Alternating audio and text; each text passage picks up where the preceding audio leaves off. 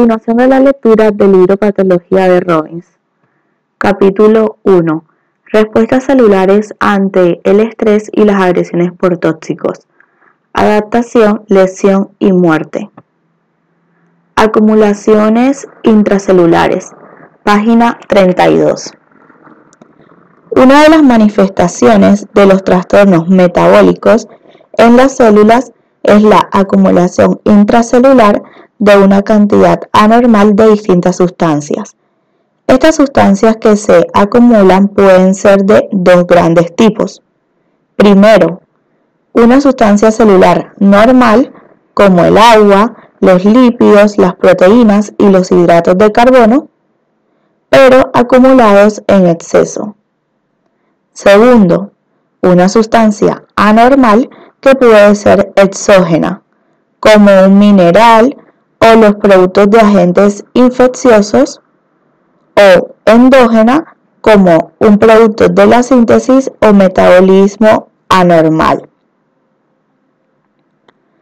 Estas sustancias se pueden acumular de forma transitoria o permanente y pueden resultar inocuas para las células, aunque en algunos casos son muy tóxicas.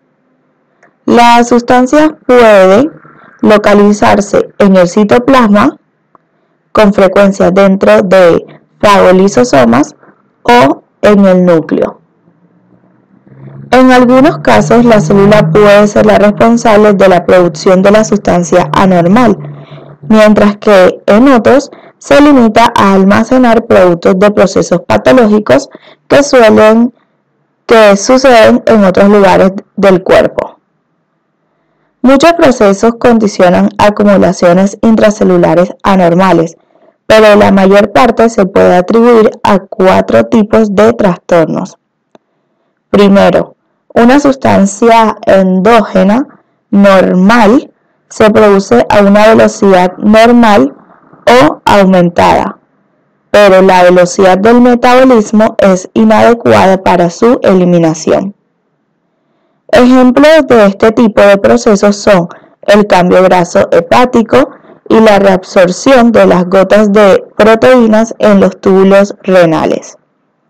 Segundo, una sustancia endógena anormal, típicamente el producto de un gen mutado, se acumula por defectos en el plegamiento y transporte de las proteínas y por incapacidad de degradar las proteínas anormales de forma eficiente.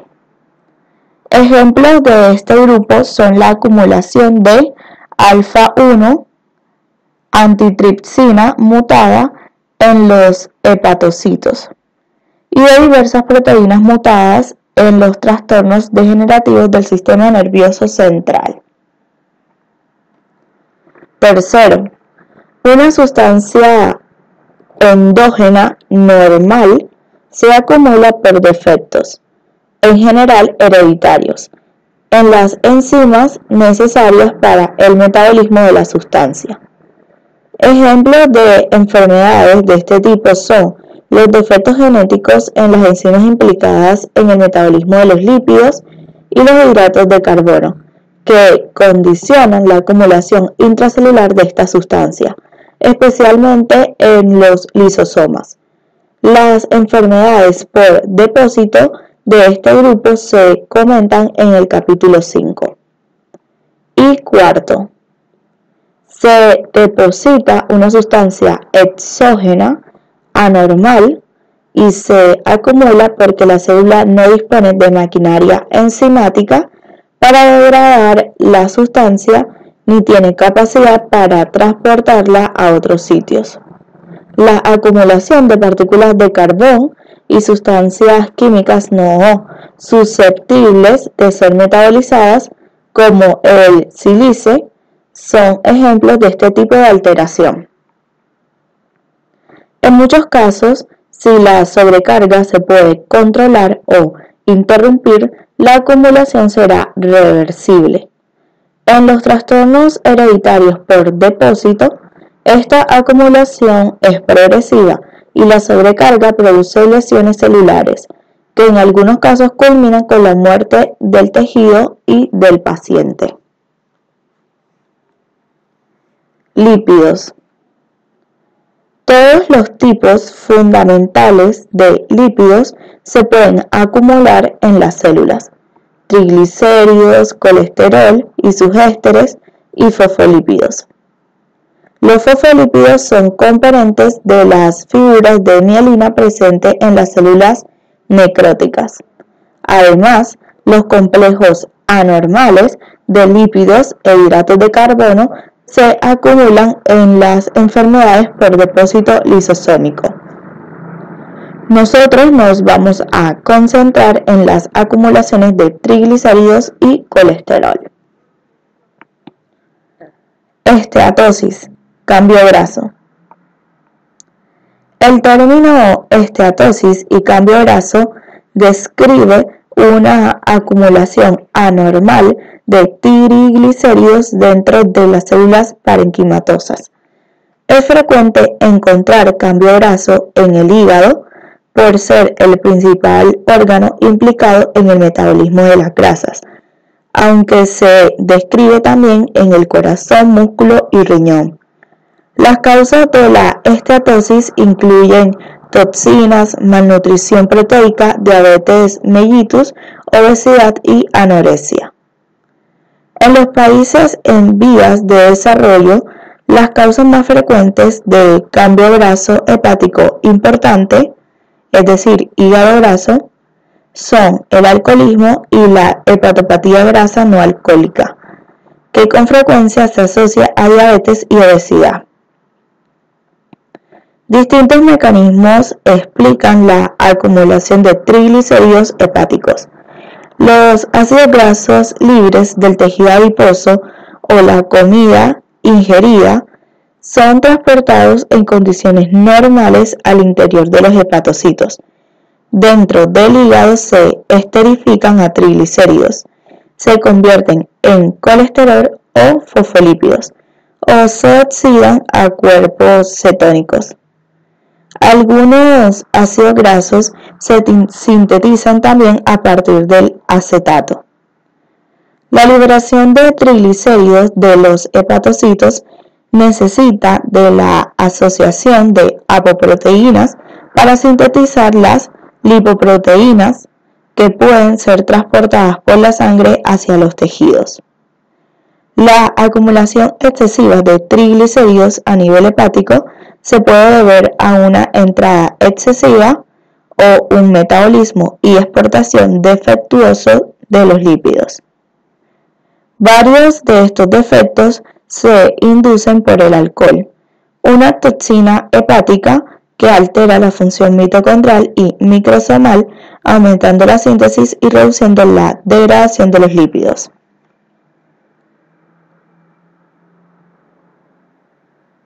CCL4 y la malnutrición proteica producen cambio graso mediante la reducción de la síntesis de apoproteínas.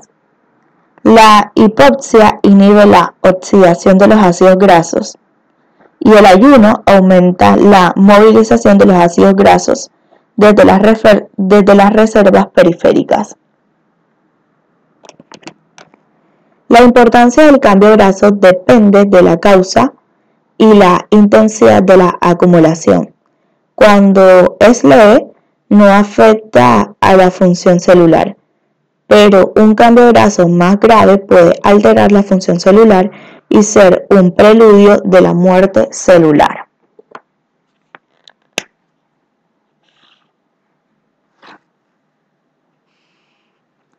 Morfología. El cambio graso se suele reconocer en el hígado y el corazón. En todos los órganos, el cambio graso aparece en forma de vacuolas dentro de las células parenquimatosas. Las acumulaciones de agua o polisacáridos, por ejemplo, glucógeno, pueden ser causa también de vacuolas claras. Para poder identificar los lípidos, se debe se deben evitar los disolventes de grasas que se suelen emplear para la inclusión en parafina previa a la tinción con hematoxilina y eosina convencional. Para identificar la grasa es necesario disponer de cortes en congelación de tejidos frescos o fijados en formol acuoso.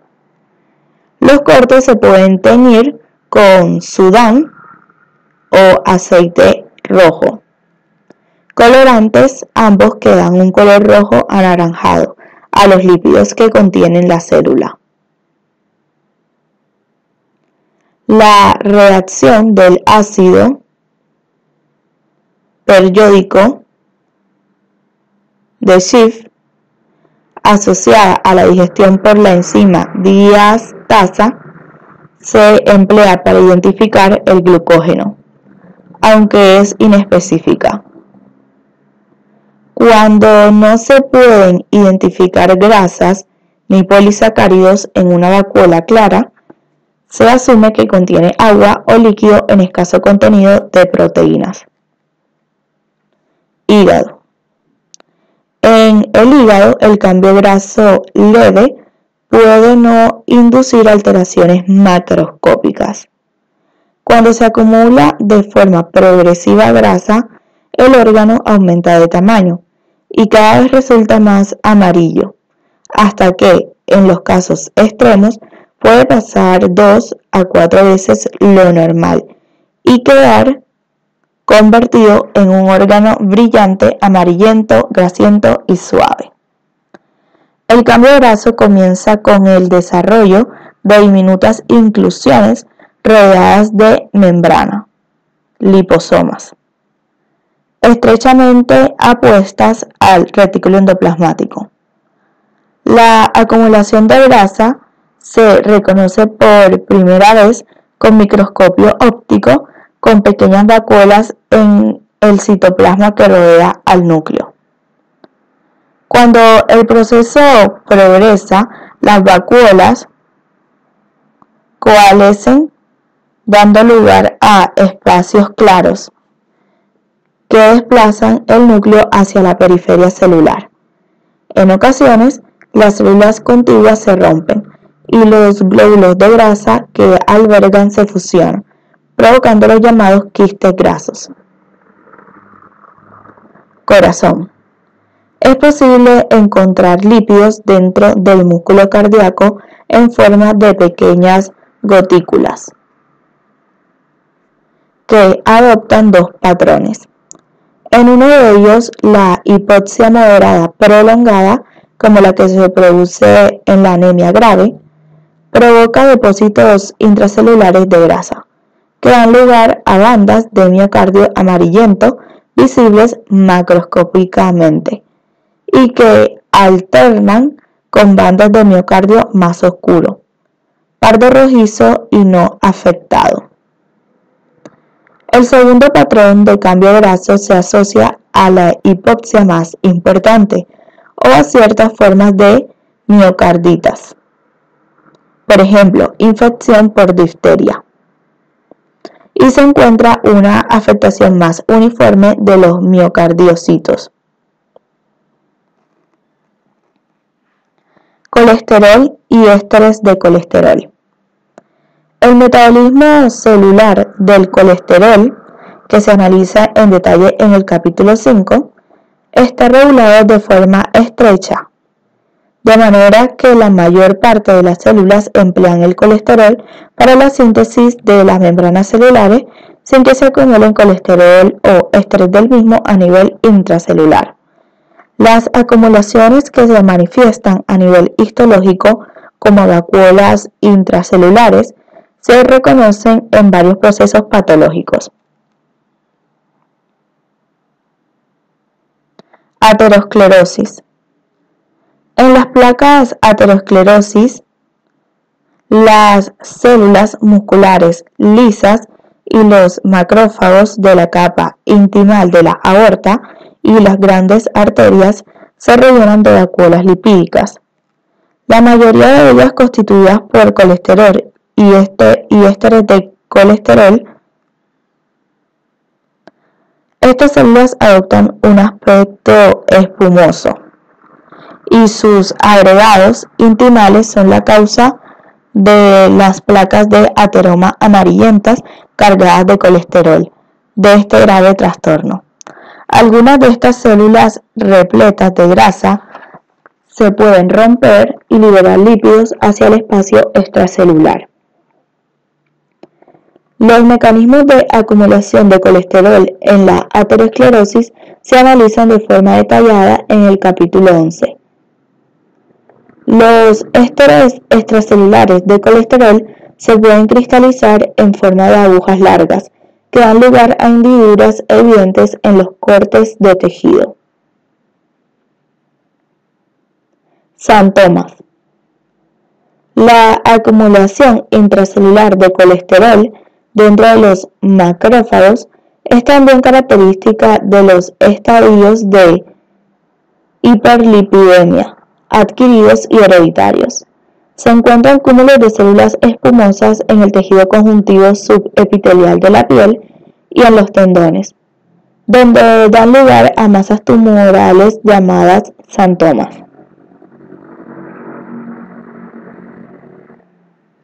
Colesterolosis.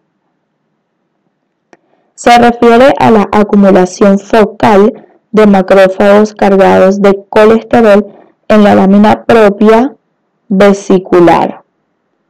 El mecanismo de esta acumulación se desconoce. Enfermedad de Niemann-Pick tipo C. Esta enfermedad por depósito lisosómico se debe a mutaciones que afectan a una enzima implicada en la circulación de colesterol y que determina la acumulación del colesterol en múltiples órganos. Proteínas. Las acumulaciones intracelulares de proteínas suelen determinar gotículas eosinófilas redondeadas, vacuolas o agregados citoplasmáticos. Con microscopio electrónico se pueden reconocer masas amorfas, fibrilares o cristalinas. En algunos trastornos, como determinados tipos de amiloidosis, las proteínas anormales se depositan fundamentalmente en los espacios extracelulares. El exceso de proteínas dentro de las células de intensidad suficiente como para provocar acumulaciones visibles morfológicamente tienen diversas causas. Gotículas de reabsorción en los túbulos renales proximales. Estas se encuentran en las nefropatías asociadas a pérdida de proteínas por la orina, es decir, proteinuria. En el riñón, las pequeñas cantidades de proteínas que se filtran en el glomérulo en condiciones normales se reabsorben mediante pinocitosis en el túbulo proximal. En los trastornos con una importante pérdida de proteínas a través del filtro glomerular, se produce un aumento de la reabsorción de las proteínas hacia las vesículas, y estas proteínas se reconocen como gotículas hialinas rosadas dentro del citoplasma de la célula tubular. El proceso es reversible si la proteinuria disminuye. Las gotículas de proteínas se metabolizan y desaparecen. Las proteínas que se acumulan pueden ser proteínas secretadas normalmente, pero que se producen en exceso, como sucede en algunas células plasmáticas implicadas en la síntesis activa de inmunoglobulinas. El retículo endoplasmático se distiende de forma masiva y aparecen grandes inclusiones eosinófilas homogéneas que se llaman cuerpos de Russell. Transporte intracelular y secreción de proteínas críticas defectuoso.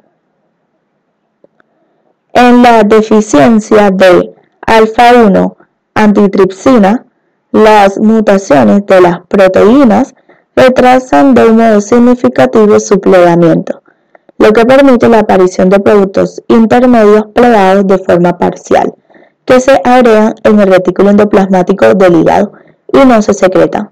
La deficiencia resultante de la enzima circulante provoca enfisema. En muchos de estos procesos, las lesiones no se producen solo por la pérdida de la función de las proteínas, sino también por el estrés del retículo endoplasmático causado por las proteínas mal plegadas, que culmina en la muerte de las células mediante apoptosis. Acumulación de proteínas del citoesqueleto. Existen varios tipos de proteínas del citoesqueleto, incluidos los microtúbulos, los filamentos de actina delgados, los gruesos filamentos de miosina y los filamentos intermedios. Los filamentos intermedios que aportan un andamiaje intracelular flexible que organiza el citoplasma y resiste las fuerzas que se aplican sobre la célula, se dividen en 5 clases. Filamentos de queratina, característicos de las células epiteliales, neurofilamentos, neuronas, filamentos de desmina, células musculares, filamentos de vimentina, células de tejido conjuntivo, y filamentos gliales, astrocitos. Las acumulaciones de filamentos de queratina y neurofilamentos se asocian a determinados tipos de lesiones celulares. La hialina alcohólica es típica de la hepatopatía alcohólica y está constituida principalmente por filamentos intermedios de queratina. El ovillo neurofibrilar presente en el encéfalo de la enfermedad de Alzheimer está constituido por neurofilamentos y otras proteínas.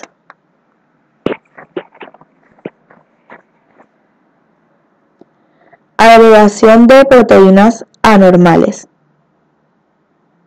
Las proteínas anormales o plegadas de forma errónea pueden depositarse en los tejidos e interferir con la función normal. Los depósitos pueden ser intracelulares, extracelulares o de ambos tipos, y los agregados pueden ser causa de cambios patológicos de forma directa o indirecta. Algunas variantes de amiloidosis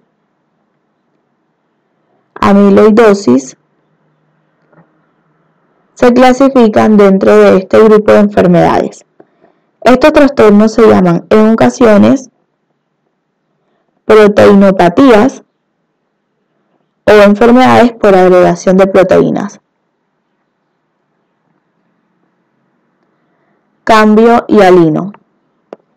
El término hialino suele aludir a una alteración dentro de las células o en el espacio extracelular que les da un aspecto homogéneo, rosado y vítreo. En los cortes rutinarios de histología teñidos con hematoxilina y eosina. Se emplea de forma generalizada como un término histológico descriptivo, en lugar de considerarlo un marcador específico de lesión celular.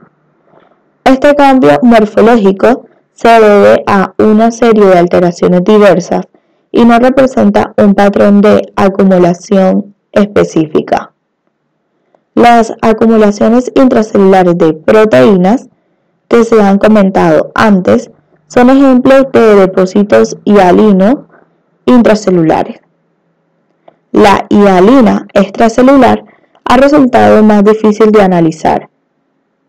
El tejido fibroso o colágeno de cicatrices antiguas puede aparecer hialinizado, pero no está clara la base bioquímica de este cambio. En la hipertensión de larga evolución y la diabetes mellitus, las paredes arteriales se hialinizan, sobre todo a nivel renal, en relación con la extravasación de proteínas plasmáticas y el depósito de material de membrana basal. Glucógeno.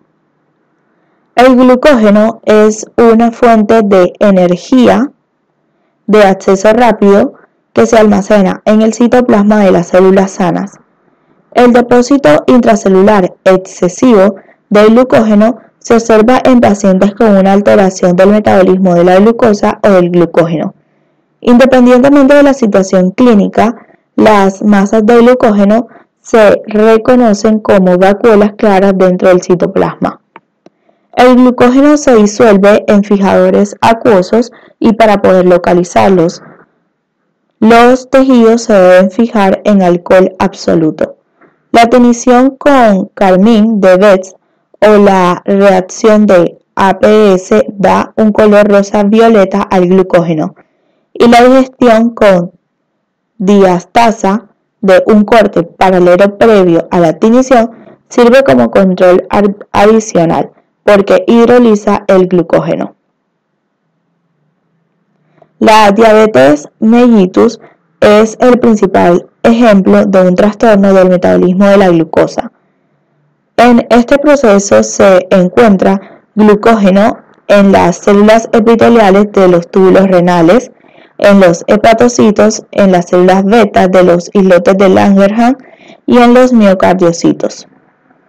El glucógeno se acumula dentro de las células en una serie de trastornos genéticos relacionados que se llaman de forma conjunta glucogenosis o enfermedades por depósitos de glucógeno. En estos procesos, los defectos enzimáticos en la síntesis o degradación del glucógeno determinan su acumulación masiva y producen lesiones y muerte celular.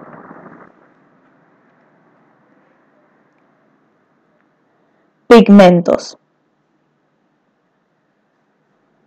Los pigmentos son sustancias coloreadas, algunas de las cuales son elementos normales de la célula, por ejemplo la melanina, mientras que otras son anormales y solo se acumulan en las células en condiciones especiales.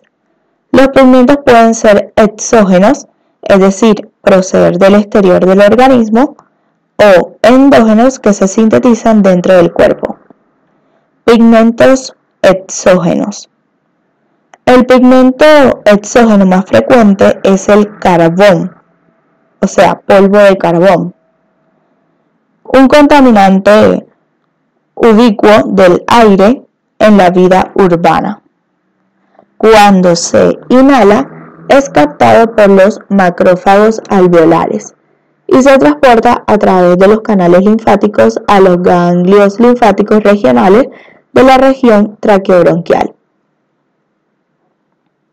Las acumulaciones de este pigmento ponen negros los tejidos pulmonares, antracosis, y los ganglios linfáticos afectados. En los mineros de carbón, los agregados de polvo de carbón pueden inducir una reacción fibroblástica e incluso un enfisema, y esto culmina en una grave enfermedad pulmonar llamada neumoconiosis del minero del carbón. Los tatuajes son una forma de pigmentación exógena localizada en la piel. Los pigmentos que se inoculan son fagocitados por los macrófagos dérmicos, en los que quedan incluidos durante todo el resto de la vida del paciente embellecido en ocasiones creando situaciones embarazosas para el portador del tatuaje.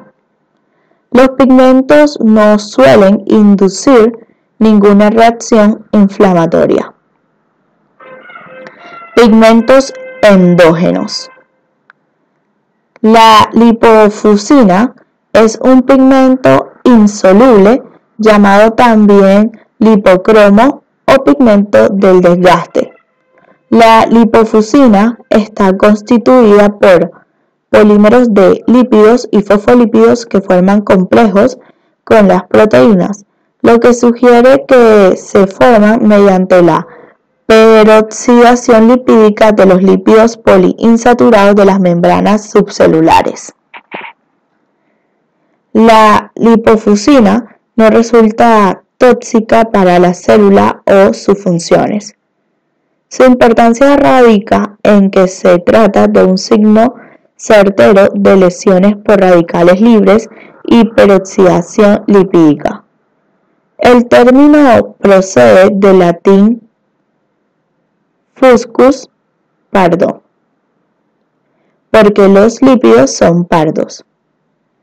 En los cortes de tejido aparece como un pigmento citoplasmático pardo amarillento, finamente granular y con frecuencia perinuclear. Se reconoce en las células que sufren cambios regresivos lentos y resulta especialmente llamativo en el hígado y el corazón de los pacientes envejecidos o en pacientes con una malnutrición grave y caquesia tumoral. La melanina, término derivado del griego melas, negro, es un pigmento negro parduzco endógeno, no derivado de la hemoglobina, que se forma cuando la enzima tirosinasa cataliza la oxidación de la tirosina a dihidroxifenilalanina en los melanocitos. Se comenta en detalle en el capítulo 25. A efectos prácticos, la melanina es el único pigmento endógeno negro parduzco. El único pigmento que se podría incluir en este grupo sería el ácido homogentísico, un pigmento negro que aparece en pacientes con alcaptonuria, una enfermedad metabólica poco frecuente. En este caso, el pigmento se deposita en la piel, el tejido conjuntivo y el cartílago, y la pigmentación se denomina ocronosis. La hemosiderina es un pigmento cristalino o granular, amarillento o pardo, derivado de la hemoglobina, que sirve como una de las principales formas de depósito del hierro. El metabolismo del hierro y la hemosiderina se analizan de forma detallada en los capítulos 14 y 18. El hierro se transporta en condiciones normales por proteínas transportadoras específicas, las transferrinas. En las células se deposita unido a una proteína, la apoferritina, formando micelas de ferritina. La ferritina es un elemento de la mayor parte de las células. Cuando se produce un exceso de hierro a nivel local o sistémico, la ferritina forma gránulos de hemosiderina que se visualizan con facilidad con microscopio óptico. El pigmento hemosiderina representa agregados de micelas de ferritina. En condiciones normales se pueden reconocer pequeñas cantidades de hemosiderina en los fagocitos mononucleares de la médula ósea, el hígado y el vaso, que participan de forma activa en la degradación de los eritrocitos. El exceso de hierro a nivel local o sistémico determina la acumulación de hemosiderina en las células. El exceso local se relaciona con la hemorragia en los tejidos y el mejor ejemplo de hemosiderosis localizada son los hematomas comunes. Los eritrocitos extravasados en el foco de la lesión son fagocitados en unos días por los macrófagos, que degradan la hemoglobina y recuperan el hierro. Tras eliminar el hierro, la molécula del hemo se convierte en primer lugar en biliverdina y posteriormente en bilirrubina.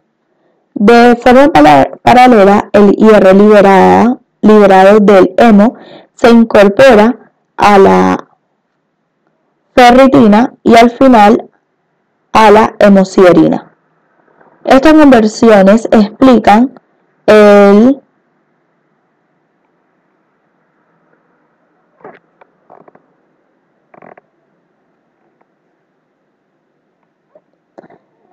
el cambio de color que se reconoce en un hematoma durante su curación, con cambios que van desde el rojo azulado al verde azulado y al amarillo dorado antes de resolverse. Cuando se produce una sobrecarga sistémica de hierro, se puede depositar hemosiderina en muchos órganos y tejidos, un proceso llamado hemosiderosis.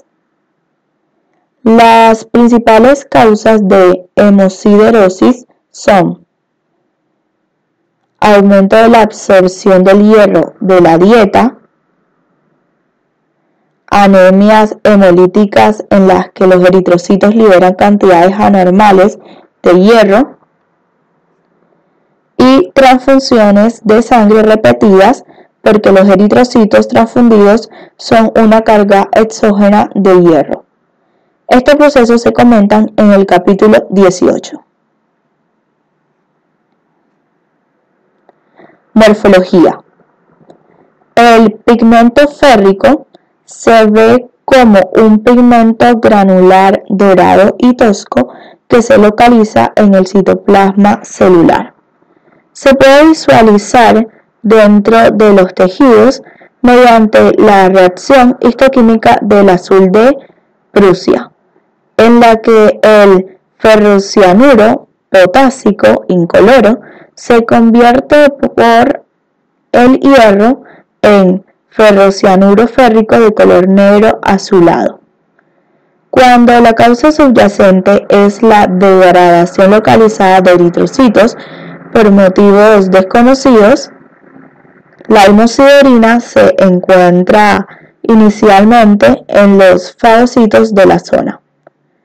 En la hemosiderosis sistémica se encuentra en primer lugar en los fagocitos mononucleares del hígado, médula ósea, vaso y ganglios linfáticos, y en macrófagos dispersos por otros órganos como la piel, el páncreas y los riñones.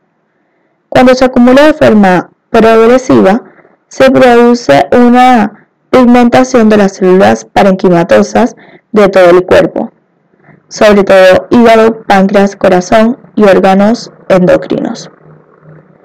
En la mayor parte de los casos de hemosiderosis sistémica, el pigmento no provoca lesiones en las células parenquimatosas ni altera la función del órgano. Sin embargo, la acumulación más extrema de hierro es una enfermedad hereditaria llamada hemocromatosis. Se asocia a lesiones hepáticas, cardíacas y pancreáticas, que determinan fibrosis hepática, insuficiencia cardíaca y diabetes mellitus. La bilirrubina es el pigmento principal normal presente en la bilis Deriva de la hemoglobina, pero no contiene hierro. Su formación y excreción normales resultan esenciales para la salud. Y la ictericia es el trastorno clínico más frecuente relacionado con este exceso de pigmentos dentro de las células y los tejidos. En el capítulo 18 se comenta el metabolismo de la bilirrubina y la ictericia. Calcificación patológica. Página 38. La calcificación patológica es el depósito anormal en los tejidos de sales de calcio, acompañadas de cantidades menores de hierro, magnesio y otras sales minerales. Existen dos tipos de calcificaciones patológicas.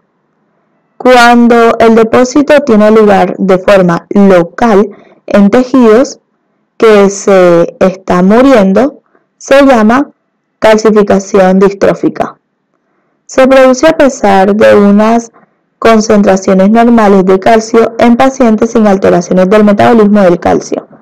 Por el contrario, el depósito de sales de calcio en tejidos normales se denomina calcificación metastásica y casi siempre se debe a una hipercalcemia secundaria a algún trastorno del metabolismo del calcio. Calcificación distrófica.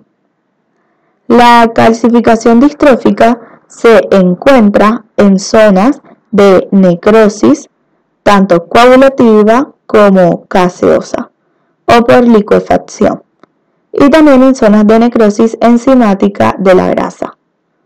La calcificación casi siempre se reconoce en las placas de ateroma de la aterosclerosis evolucionada. Se suele desarrollar en las válvulas cardíacas envejecidas o patológicas, lo que altera su función. Independientemente de la localización del depósito, las sales del calcio se reconocen macroscópicamente como gránulos o agregados finos blanquecinos que se deben repasar al corte. En ocasiones, un ganglio linfático tuberculoso queda literalmente convertido en una piedra. Morfología. Histológicamente, con técnicas de hematoxilina eosina, las sales de calcio adoptan un aspecto granular basófilo y en ocasiones agregado. Pueden ser intracelulares, extracelulares o de ambos tipos. A lo largo del tiempo se puede formar hueso heterotópico en el foco de calcificación. En algunos casos, algunas células necróticas aisladas forman cristales que se rodean de depósitos minerales. La adquisición progresiva de cepas externas puede generar configuraciones laminares, que se llaman cuerpos de Samonas, porque recuerdan a los granos de arena. Algunos tipos de carcinomas papilares, por ejemplo tiroideos, pueden desarrollar cuerpos de Samonas.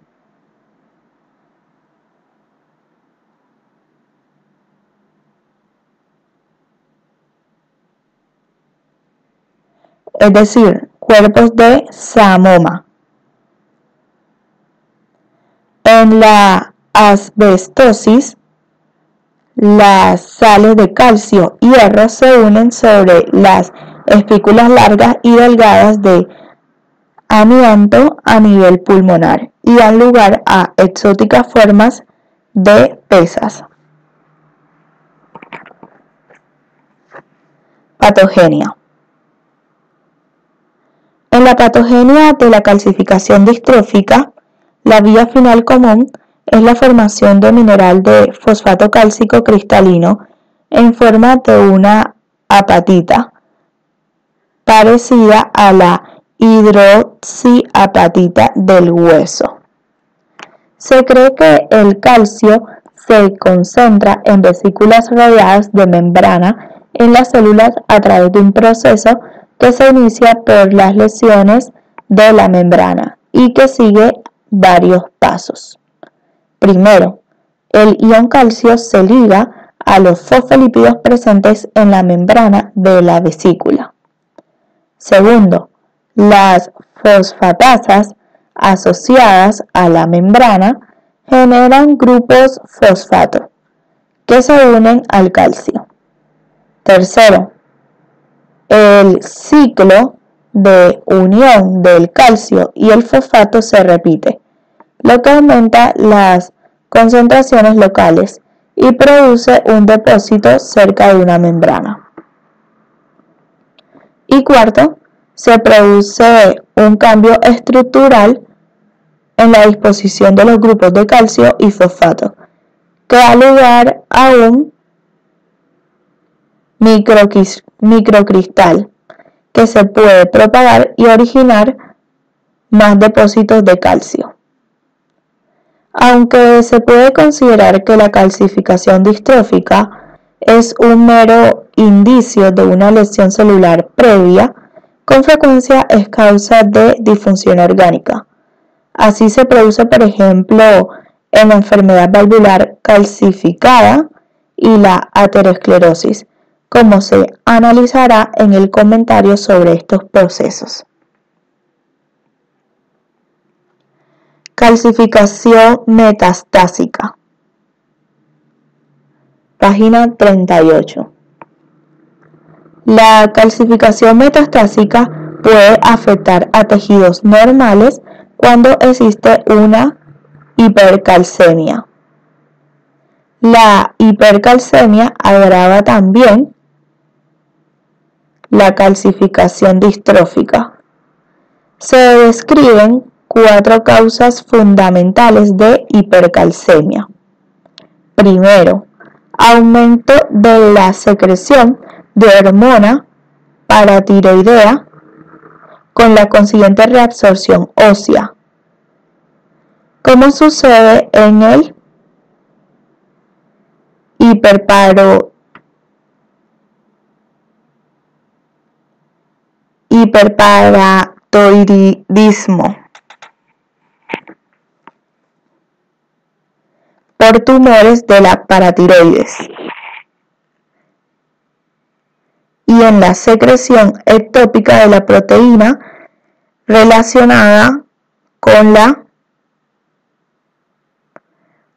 hormona paratiroidea por los tumores malignos. Segundo, destrucción del tejido óseo,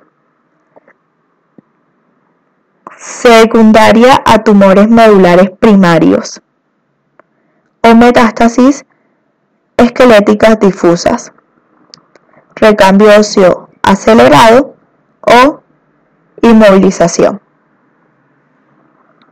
Tercero, trastornos relacionados con la vitamina D, como la intoxicación por vitamina D, la sarcoidosis, en la que los macrófagos activan un precursor de la vitamina D, y la hipercalcemia idiopática de la lactancia, caracterizada por una sensibilidad anormal ante la vitamina D. Y cuarto, la insuficiencia renal, que determina la retención de fosfato con un hiperparatiroidismo secundario. Otras causas menos frecuentes son la intoxicación por aluminio, que se observa en pacientes en diálisis renal crónica, y el síndrome por leche y alcalinos debido a una ingesta excesiva de calcio y antiácidos absorbibles, como el carbonato de calcio o la leche. La calcificación metastásica puede afectar de forma difusa al cuerpo, pero sobre todo se localiza en los tejidos intersticiales de la mucosa gástrica, riñones, arterias sistémicas, pulmones y venas pulmonares.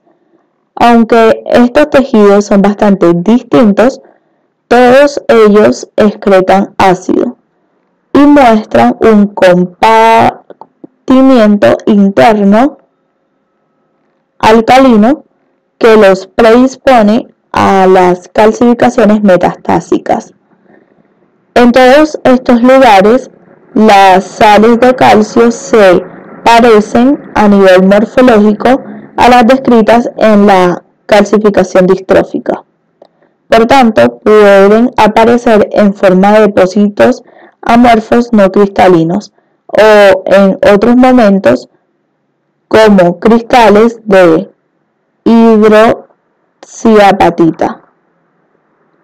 En general, las sales minerales no producen disfunción clínica alguna, aunque en ocasiones la afectación masiva de los pulmones provoca alteraciones llamativas en la radiografía de tórax y deficiencias respiratorias.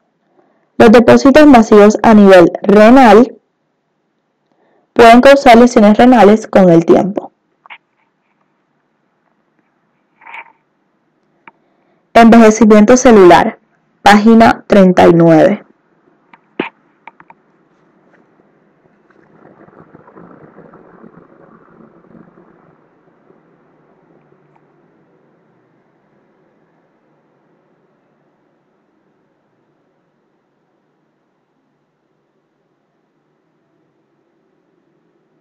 Comienza en el momento de la concepción. Implica la diferenciación y maduración de las células del organismo. En algún momento variable conduce a la pérdida progresiva de la capacidad funcional propia de la senescencia y termina con la muerte. Con la edad se producen alteraciones fisiológicas y estructurales en casi todos los sistemas orgánicos.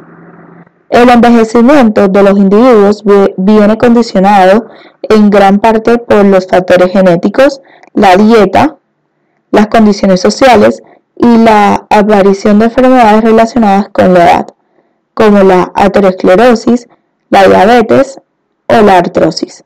Además, existen pruebas de que las alteraciones celulares inducidas por el envejecimiento son un componente importante del envejecimiento del organismo. A continuación se comenta el envejecimiento celular, porque podría corresponder a la acumulación progresiva con los años de lesiones subletales que podrían provocar la muerte celular o reducir la capacidad de la célula de responder ante una agresión. El envejecimiento celular es consecuencia de un deterioro progresivo de la función y viabilidad de las células, causado por alteraciones genéticas y por la acumulación de lesiones celulares y moleculares por los efectos de la exposición a influencias exógenas. Los estudios realizados en sistemas modelo han determinado de forma clara que el envejecimiento es un proceso regulado en el que influyen una serie limitada de genes y que algunas alteraciones genéticas son la base de unos síndromes que recuerdan al envejecimiento humano prematuro. Estos hallazgos indican que el envejecimiento se asocia a alteraciones mecánicas definibles. Los cambios implicados en el envejecimiento celular conocidos incluyen menor replicación celular. El concepto de que la mayor parte de las células normales tienen la capacidad de replicación limitada se desarrolló a partir de un modelo experimental sencillo para el envejecimiento. Los fibroblastos humanos normales, colocados en cultivo celular, tienen una capacidad de división limitada. Tras un número fijo de divisiones, todas las células somáticas quedan detenidas en un estado terminal de no división, que se denomina senescencia. Las células de los niños sufren más rondas de replicación que las células de los ancianos. Por el contrario, las células de los pacientes con el síndrome de Werner, una enfermedad poco frecuente caracterizada por síntomas de envejecimiento prematuro, muestran un defecto en la replicación del ADN y una notable reducción en su capacidad de división. No se sabe todavía por qué el envejecimiento se asocia a una senescencia progresiva de las células. Un mecanismo probable en las células humanas es que en cada división celular se produce una replicación incompleta de los extremos de los cromosomas, acortamiento de los telómeros, que al final culmina en una detención del ciclo celular. Los telómeros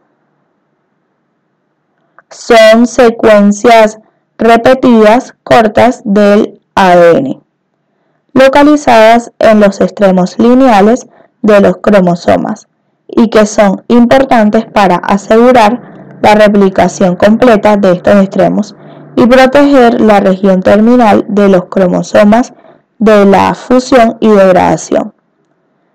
Cuando las células somáticas se replican, una pequeña zona del telómero no se duplica, de forma que los telómeros se van acortando de modo progresivo.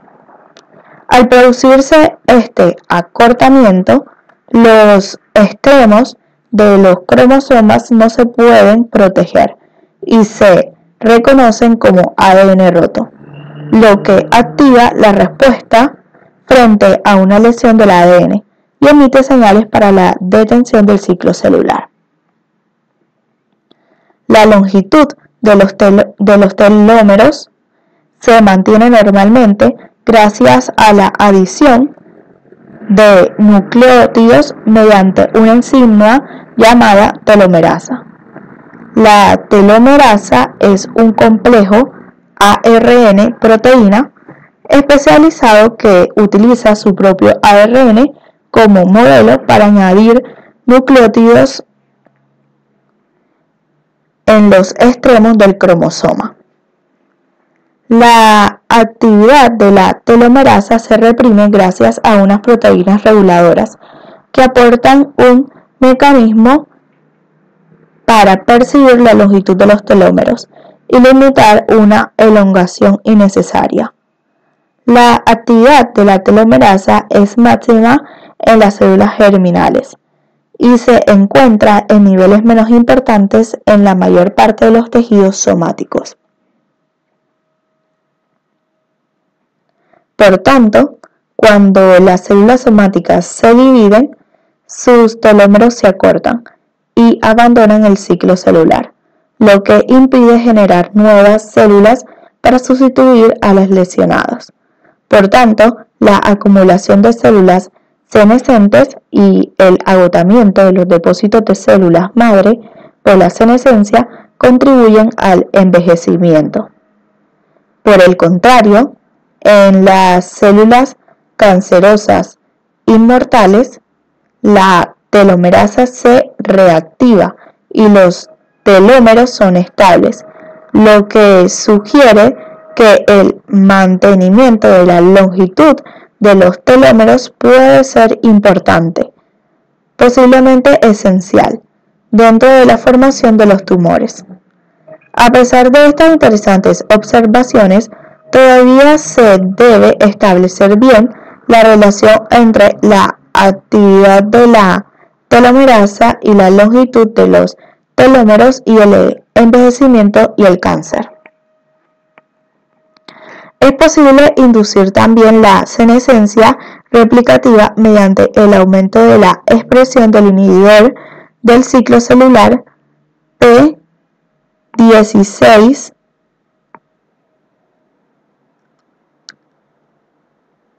y NK4A y la lesión del ADN. Esto se comenta más adelante.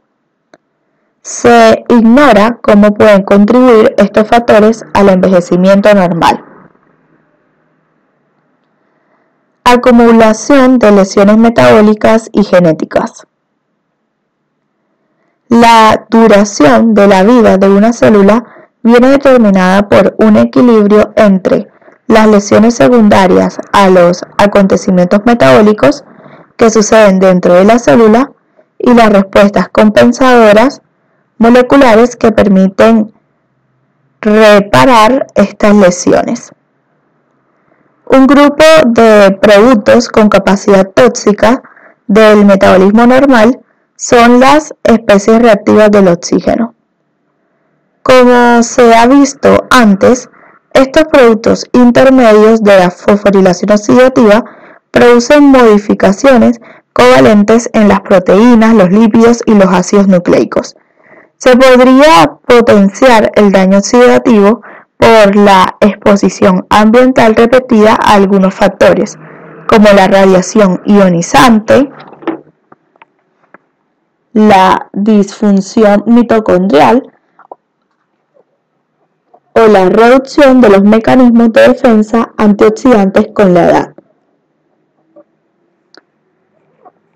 La intensidad del daño oxidativo que aumenta al envejecer el organismo puede ser una causa importante de senescencia.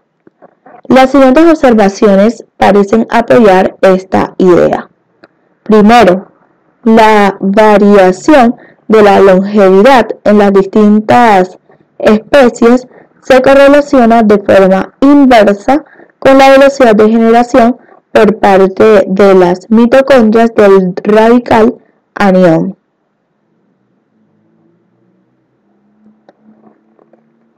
Y segundo, la sobreexposición de las enzimas antioxidantes y catalasa prolonga la vida de las formas transgénicas de drosofila. Los radicales libres pueden tener efectos perniciosos sobre el ADN, porque producen roturas e inestabilidad del genoma, lo que afecta a todas las funciones celulares. Varias respuestas protectoras contrarrestan las lesiones progresivas en las células, y una importante es el reconocimiento y reparación del ADN lesionado. Aunque gran parte de las lesiones del ADN se reparan por las enzimas de reparación del ADN endógenas, otras lesiones pueden persistir y acumularse al envejecer la célula. Diversas pruebas indican la importancia de la reparación del ADN en el proceso de envejecimiento. Los pacientes con síndrome de Warner sufren un envejecimiento precoz, y el producto génico defectuoso es una ADN helicasa, una proteína implicada en la replicación y reparación del ADN y en otras funciones que necesitan que la cadena de ADN se estire. Un defecto en esta enzima condiciona la acumulación rápida de lesiones cromosómicas que pueden parecerse a las lesiones que se acumulan durante el envejecimiento normal. La inestabilidad genética de las células somáticas es también característica de otros trastornos en los que el paciente sufre manifestaciones de envejecimiento a una mayor velocidad, como sucede en la ataxia telangiectásica, proceso en el cual el gen mutado codifica una proteína implicada en la replicación de las roturas de la doble hélice del ADN. Por tanto, el equilibrio entre las lesiones metabólicas acumuladas y la respuesta frente a las mismas podría determinar la velocidad a la que envejecemos. En este contexto, el envejecimiento se podría retrasar si se redujera la acumulación de lesiones o se aumentara la capacidad de respuesta frente a las mismas. Conforme las células envejecen, se acumula no solo ADN lesionado, sino también orgánulos celulares dañados. Esto puede obedecer, al menos en parte, al deterioro de la función del proteasoma, la maquinaria proteolítica que permite eliminar las proteínas intracelulares anormales o no deseadas. Los estudios en modelos de organismos, desde levaduras a mamíferos, han demostrado que la forma más eficaz de prolongar la vida es la restricción calórica. No está bien establecido el mecanismo de acción, pero parece que el efecto de la restricción de calorías sobre la longevidad viene mediado por una familia de proteínas llamadas sirtuinas. Las sirtuinas tienen una actividad histona desacetilasa y se cree que fomentan la expresión de varios genes, cuyos productos aumentan la longevidad. Estos productos incluyen las proteínas que aumentan la actividad metabólica, reducen la apoptosis, estimulan el plegamiento de las proteínas e inhiben los efectos lesivos de los radicales libres del oxígeno. Las sirtuinas también aumentan la sensibilidad a la insulina y el metabolismo de la glucosa, y pueden ser dianas para el tratamiento de la diabetes. De forma poco sorprendente, los amantes del vino más optimistas se sintieron encantados de saber que un componente del vino tinto puede activar las sirtuinas y aumentar la supervivencia. Otros estudios han demostrado que los factores de crecimiento, como el factor de crecimiento similar a la insulina y las vías de transmisión de señales que se activan por estas hormonas, también influyen sobre la duración de la vida. Los factores de transcripción activados por la transmisión de señales del receptor de la insulina pueden inducir genes que reducen la longevidad, y las mutaciones del receptor de la insulina se asocian a una vida más prolongada. La importancia de estos hallazgos en el envejecimiento en humanos es un campo de investigación activa. Resulta evidente que las distintas formas de alteración y adaptación celular descritas en este capítulo incluyen un amplio espectro que va desde las adaptaciones del tamaño, el crecimiento y la función celular a formas irreversibles y reversibles de lesión celular. También se ha analizado el tipo regulado de muerte celular que corresponde a la apoptosis y las alteraciones patológicas de los orgánulos celulares, además de las formas menos lesivas de acumulación intracelular, incluida la pigmentación. Se hará alusión a todas estas alteraciones a lo largo de esta obra, porque todas las lesiones orgánicas y, en último término, todas las enfermedades clínicas se deben a alteraciones de la estructura y función celular.